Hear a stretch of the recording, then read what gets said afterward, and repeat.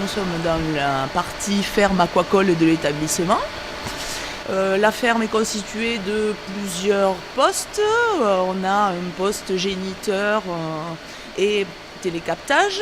Ensuite, on a une salle, ce qu'on appelle une salle d'algues où on fait de la culture de micro-algues.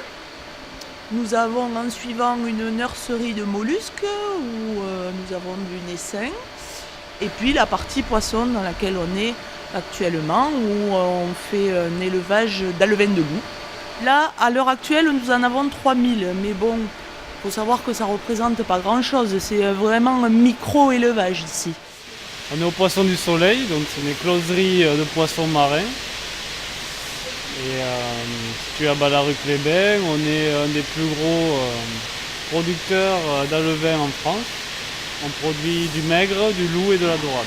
Bien, en fait, les poissons, donc, quand on les amène ici, ils font aux environs de 2 grammes, 2 grammes et demi.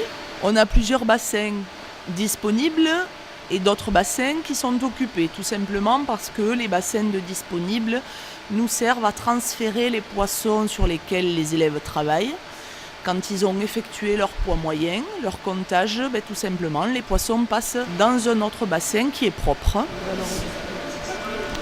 286, c'est bon.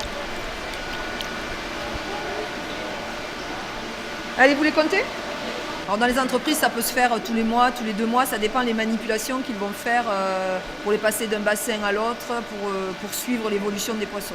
Mais nous, ici, en formation, on va le faire beaucoup plus pour les familiariser avec la pêche, le comptage et puis aussi les calculs et les règles de 3 parce que c'est assez difficile pour eux.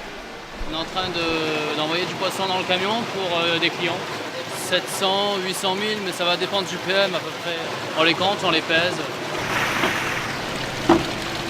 L'œuf, l'alevain, il va faire 5 bâtiments. Le premier, bon, bien sûr, c'est les géniteurs, tout part d'ici. C'est les poissons qui pondent. Donc ici, on récupère les œufs. Donc il va aller dans ce second bâtiment. Après avoir effectué une reproduction artificielle, on fait toute la partie incubation des œufs, on s'occupe des larves. On produit la nourriture aussi pour les larves parce qu'ils ne mangent pas d'aliments artificiels dans les premiers jours. Donc on produit de l'artémia et des rotifères.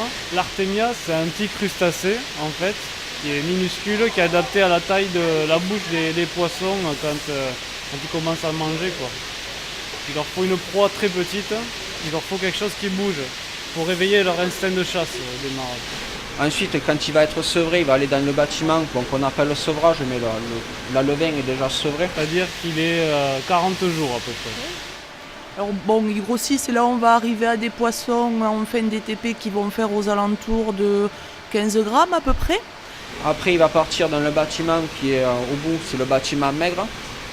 Et ensuite, il va aller dans les serres, le bâtiment qu'on a vu les poissons sortir pour être chargés dans le camion. Donc ça fait 5 bâtiments. Et ensuite, à partir de là, de ce bâtiment en serre, ils sont chargés dans les camions et expédiés chez le client. Alors soit ils sont transportés en totalité par le camion, ou alors on a aussi un transport qui se fait en bateau. Ils partent où vos poissons ? En Croatie, là ce soir, mais ils arriveront jeudi. Et ils mangent pas pendant tout le voyage ?